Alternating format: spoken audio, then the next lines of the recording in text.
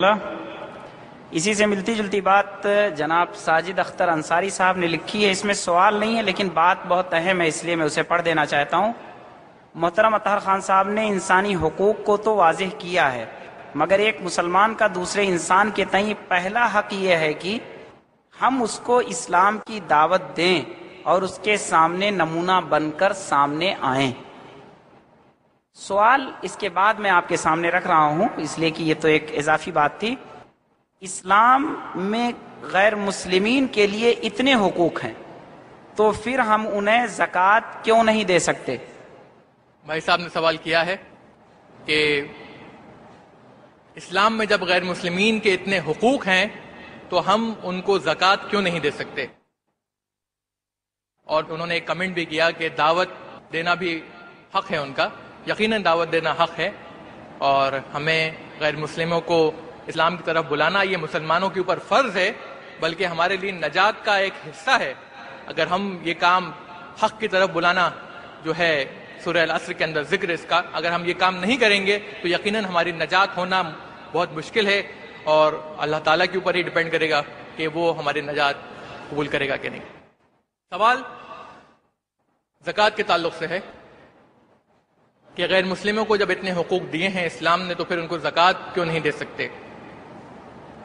زکوٰۃ جو ہے وہ ہر امیر انسان جو مسلمان ہے اپنی سیونگ جو اس کی بچت ہے اس کا 2.5%، اس بچت کا 2.5% وہ ہر سال، ہر لونر ایئر، ہر قمری سال وہ زکوٰۃ میں دیتا ہے. اور یہ ایک طرح سے بہت بڑا سولوشن ہے، بہت بڑا حل ہے غریبی مٹانے کا.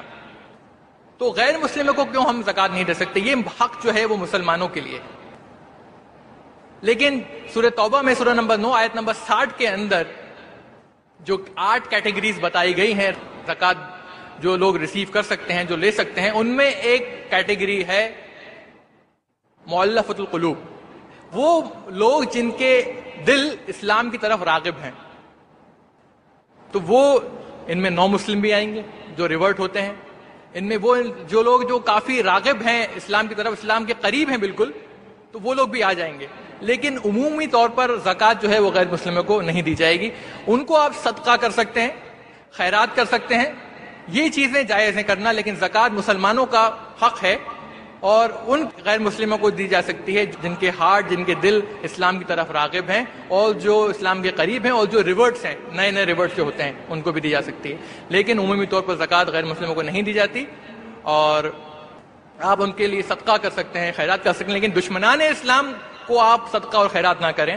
جو اسلام کے دشمن ہیں ان کو آپ کنٹریبیوشن نہ دیں، ان کو کنٹریبیوٹ نہ کریں.